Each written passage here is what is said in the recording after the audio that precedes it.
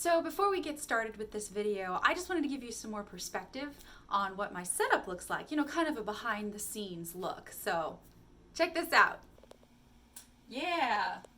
So one morning I woke up and I'd left my tripod up from a previous recording session and I realized it looks very suggestive. Is this a sex thing? So now on to our story. When I was in college, I had this really great IT job. I basically worked at this school for troubled kids and I was their IT girl. I was the only IT girl that they had at the time. And let me just paint you a picture of what this job was like. On campus, there was this massive maintenance shed that was didn't have any air conditioning. It was where they stored all of the maintenance supplies and things. And there were some side rooms like the maintenance manager's office, a bathroom, thank God, and there was an IT closet. Have you tried turning it off and on again?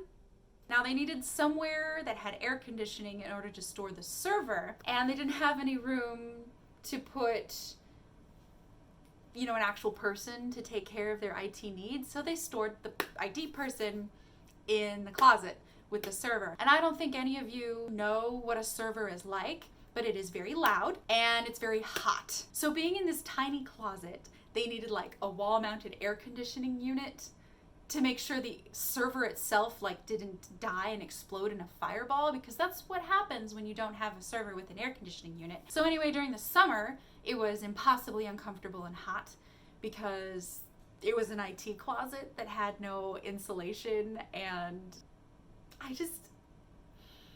you really see where an organization cuts its costs when you work for their IT department, let's just tell you that. Another wonderful thing about this place was on my first day, I arrived alone. The boss that hired me coached me and taught me over the phone, which was okay. He was actually the best boss I've ever had. But on my first day, I couldn't actually clean anything because the closet was so disgusting.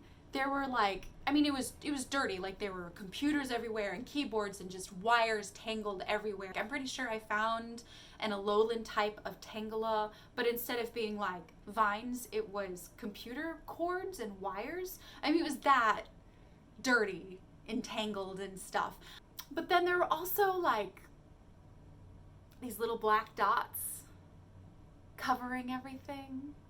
They were mice droppings. Mice droppings were covering every surface of everything. So on my first day, I spent about 2 days just not doing any work but cleaning. I just wiped all this stuff off of the table. I started organizing, I cleaned, I asked the maintenance guys for cleaning supplies because everything was so disgusting. Side note about the bathrooms. So maintenance workers are usually just a bunch of big, gross, fat men. Yeah, my bathroom, the female bathroom, I was the only one that got to use it, of course.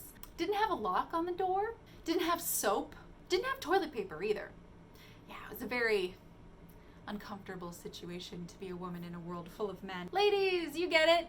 Never really changes, does it? So I spent all this time cleaning the IT closet, and it actually became a semi-comfortable place to work. At least I had a path from one door to another door to walk, and at least there was a window, so I got some natural sunlight in, and I wiped down all the surfaces so it was clean. And I had a good time working there for a while.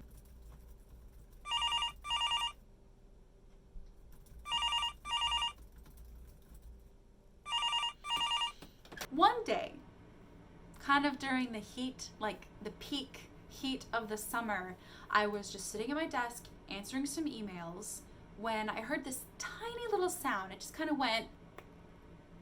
I looked down. Sorry, I'm getting flashbacks of this. It was a maggot. Yeah.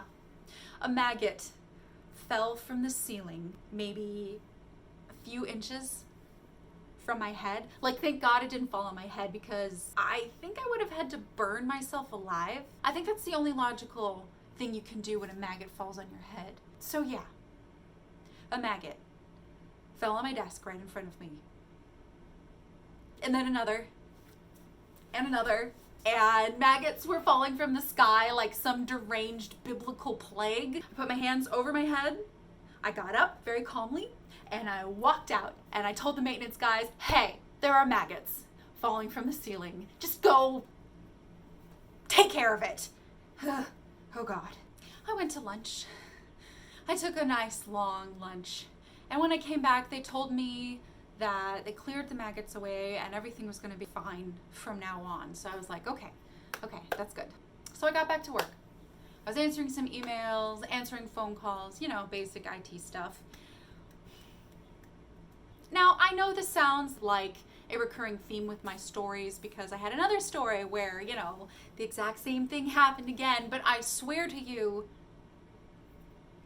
more maggots started falling from the ceiling, and I have to tell you, I have never felt so dirty in my entire life. Like, I felt the kind of dirty that no amount of showers could wash off.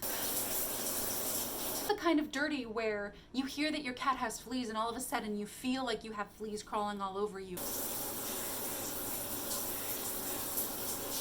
I felt the kind of dirty where you seem to think that you have a strong stomach, but when you're scooping out the cat litter, you accidentally touch like a wet, sticky piece of litter that's still wet and hasn't been soaked up yet, and it's just...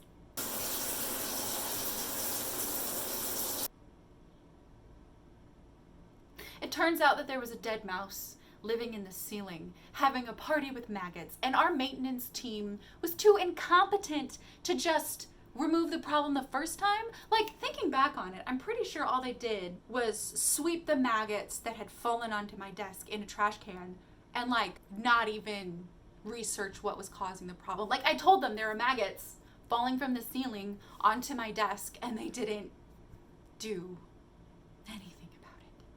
So after the second time that the maggots fell from the ceiling, I left, never to return. I quit. Nah, I came back the next day. I needed the money. Bleh.